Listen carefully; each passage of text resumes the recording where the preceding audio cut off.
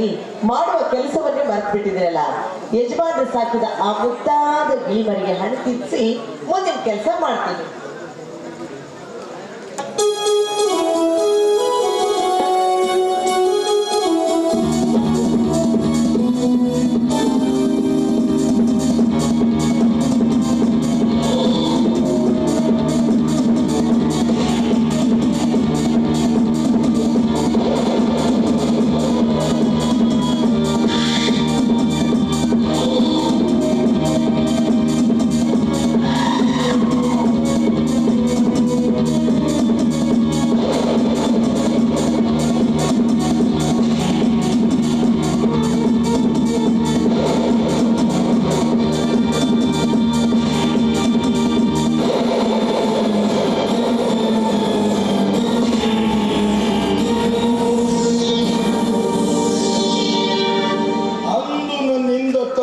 ಕೊಂಡ ಬೇಟೆ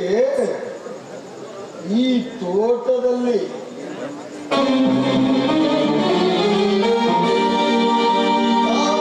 ನನ್ನೆದುರು ಪ್ರತ್ಯಕ್ಷಗೊಂಡ ನನಗೆ ಮತ್ತೊಂದು ಅವಕಾಶ ದೇವರು ಒದಗಿಸಿಕೊಟ್ಟಂತೆ.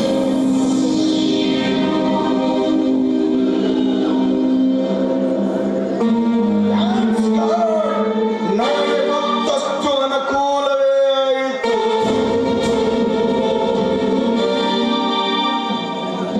ಗುಣವಂತ ನನ್ನ ಗೆಳೆಯ ಅಂದಾಗ ಸಮಯ ಸಾಧಿಸಿ ಬೇಟೆಯನ್ನು ಉಪಾಯದಿಂದ ಹೊಲಿಸಿಕೊಂಡು ಮನದಾಸೆಯನ್ನು ತೃಪ್ತಿಪಡಿಸದಿದ್ದರೆ ನಾನು ಶಿವರಾಜನೇ ಅಲ್ಲ.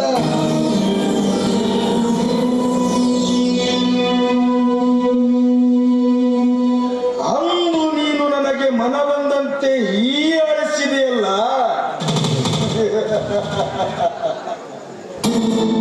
ಆ ಘಟನೆಯನ್ನು ಮರೆಯೋದೆ.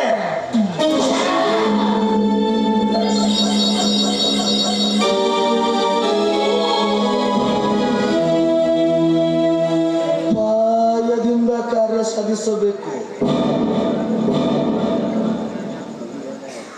ಯಾರಿದ್ದೀರಿ ಮನೆಯಲ್ಲಿ?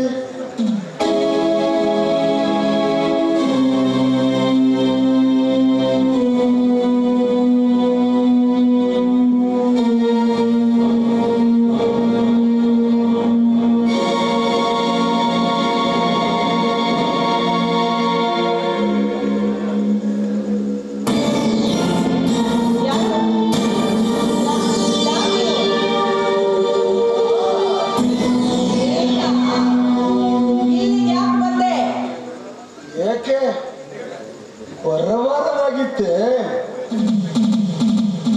ಏನಂದ್ರೆ ಏಕೆ ಬಂದಿರಿ ಅಂತೆಲ್ಲ? ಇದು ನನ್ನ ಗೆಳೆಯನ ತೋಟ, ಅಂದರೆ ನಿನ್ನ ದಣಿಯ ತೋಟ. ನಿನ್ನ ದಣಿ ನನ್ನ ಗೆಳೆಯ.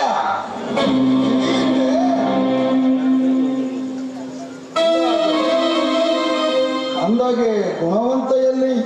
ಅವ್ರ ತೋಟದಲ್ಲಿ ಇಲ್ಲ. ಎಲ್ಲಿಗೆ ಹೋಗಿದ್ದಾನೆ? ನನಗೇನು ಗೊತ್ತು? ನಿನಗೆ ಹೇಳಿ ಹೋಗಿಲ್ಲವೇ? ಅವನೊಬ್ಬ ದೊಡ್ಡ. ನೀವು ಅವ್ರಿಗೇನು ಅನ್ಬೇಡಿ, ದಯವಿಟ್ಟು ಇಲ್ಲಿಂದ ಹೊರಟು ಹೋಗಿ. ಹೊರಟು ಹೋಗು ಎಂದು ಹೇಳುವ ಅಧಿಕಾರ ನಿನಗಿಲ್ಲ. ನಿನ್ನ ಮಾತಿಗೆ ಮನ್ನಣೆ ಕೊಟ್ಟು ಹೊರಟು ಹೋಗುವ ಮೂರ್ಖನು ನಾನಲ್ಲ. ಮರ್ಯಾದೆಯಾಗಿ ಹೇಳ್ತಾ ಇದ್ದೀನಿ, ಹೊರಟು ಹೋಗು. ಇಲ್ಲವಾದ್ರೆ ಅಲ್ಲಿ ಮೂಲೆಯಲ್ಲಿ ಕುರ್ಚಿ ಇದೆ, ಹೋಗಲಿ ಕೂತ್ಕೋ. ನಾನೀಗ ಆ ನಾಯಿಗೆ ಊಟ ಹಾಕಿ ತೋಟದಲ್ಲಿ ಬಿಚ್ಚಿ ಬರ್ತೀನಿ. ನಿಮ್ಮ ತೋಟದಲ್ಲಿ ನಾಯಿ? ಅದು ತೋಟದಂತೇನೆ. ಅದನ್ನು ಈಗ ಬಿಟ್ಟು ಬಿಡ್ತೀಯ? ಹೌದು, ಬಿಡ್ತೀನಿ. ಇಷ್ಟೇ ಆಗ್ಲಿ, ಅದು ನಾಯಿ ಪ್ರಾಮಾಣಿಕ, ಅನ್ಯರಿಗಷ್ಟೇ ಅದು ಬಲು ಕ್ರೂರಿ.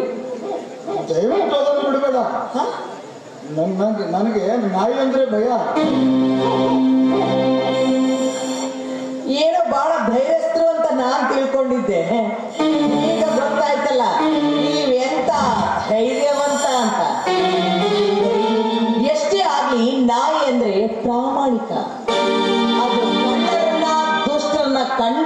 ಸುಮ್ಮನೆ ಮಾತ್ರ ಬಿಡೋದಿಲ್ಲ.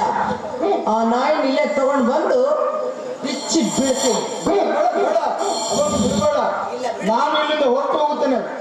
ನಾನು ಹೋಗಲು ಪ್ಲೀಸ್ ಪ್ಲೀಸ್.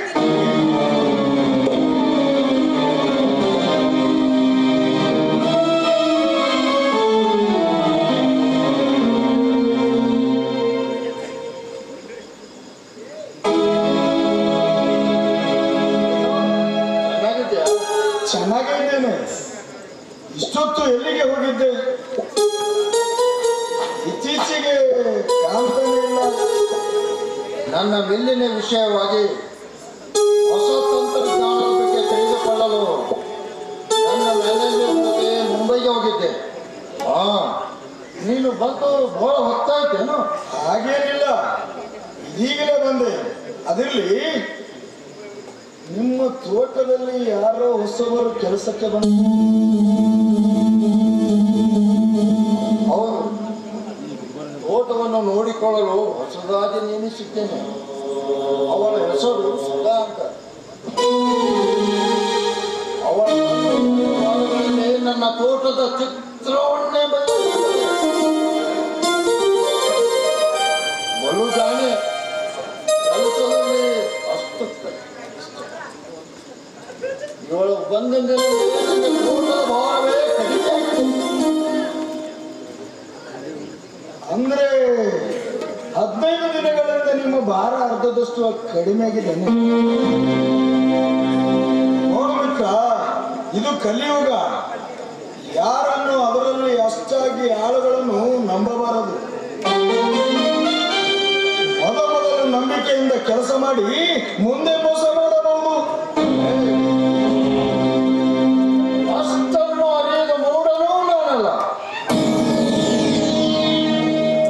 ನಾವು ಇನ್ನೊಬ್ಬರಿಗೆ ನಂಬಿದರೆ ಅವರು ಕೂಡ ನಮ್ಮ ಮೇಲೆ ನಂಬಿಕೆ ಕೆಲಸ ಮಾಡುತ್ತಾರೆ.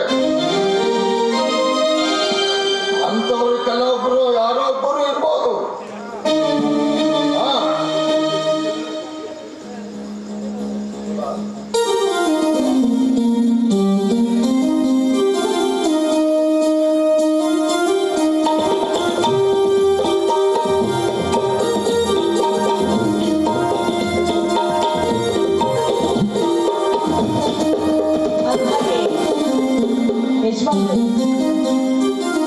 ಇವತ್ತು ನಮ್ಮ ಪುಟ್ಟ ಗಿಳಿ ಮರಿಯನ್ನ ತಿನ್ಬೇಕು ಅಂತ ಸರ್ಪ ಒಂದು ಹೊಂಚು ಹಾಕಿ ಕಾಯ್ತಾ ಇತ್ತು.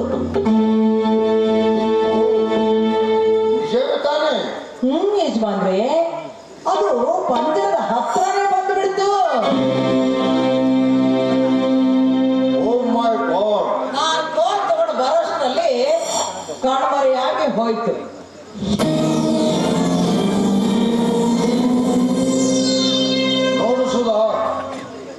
ಗಿಳಿ ಮರಿ ಬಗ್ಗೆ ಇನ್ನು ಮುಂದೆ ಹೆಚ್ಚಿನ ಕಾಳಜಿ ವಹಿಸಬೇಕಷ್ಟೇ.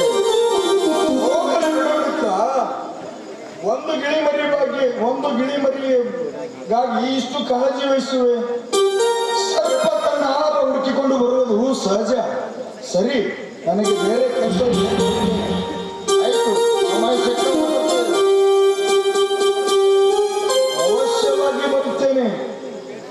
ನೀನು ಬೇಡ ಅಂದರೂ ಬರುತ್ತೇನೆ, ಬಂದೇ ಬರುತ್ತೇನೆ.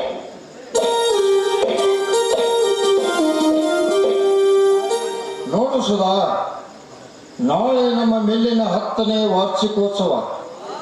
ಅದಕ್ಕಾಗಿ ನನ್ನ ಮಿಲ್ಲಿನಲ್ಲಿ ಕೆಲಸ ಮಾಡುವ ಕೆಲಸಗಾರರಿಗೆ ಉಡುಗೊರೆಯಾಗಿ ಕೊಡುವುದು ಸಂಪ್ರದಾಯ.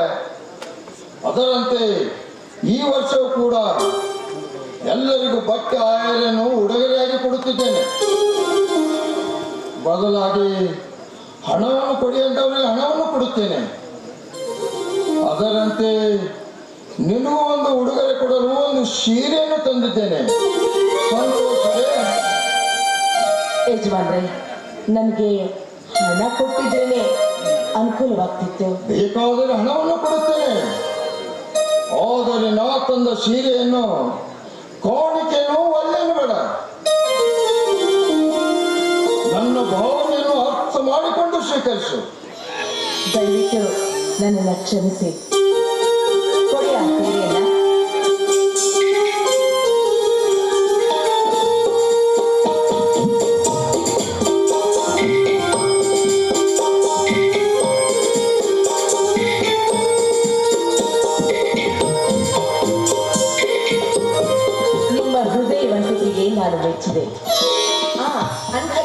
ಇವತ್ತು ನಿಮ್ಗೆ ಇಷ್ಟವಾದ ಅಡಿಗೆಯನ್ನೇ ಮಾಡಿದ್ದೀನಿ. ಬನ್ನಿ ಊಟ ಮಾಡೋಣ. ನನಗೆ ಇಷ್ಟವಾದ ಊಟ ನಾನು ಅಲ್ಲಿ ಅಂತೀಯ ಅಲ್ಲೇ ಹೋಗೋಣ.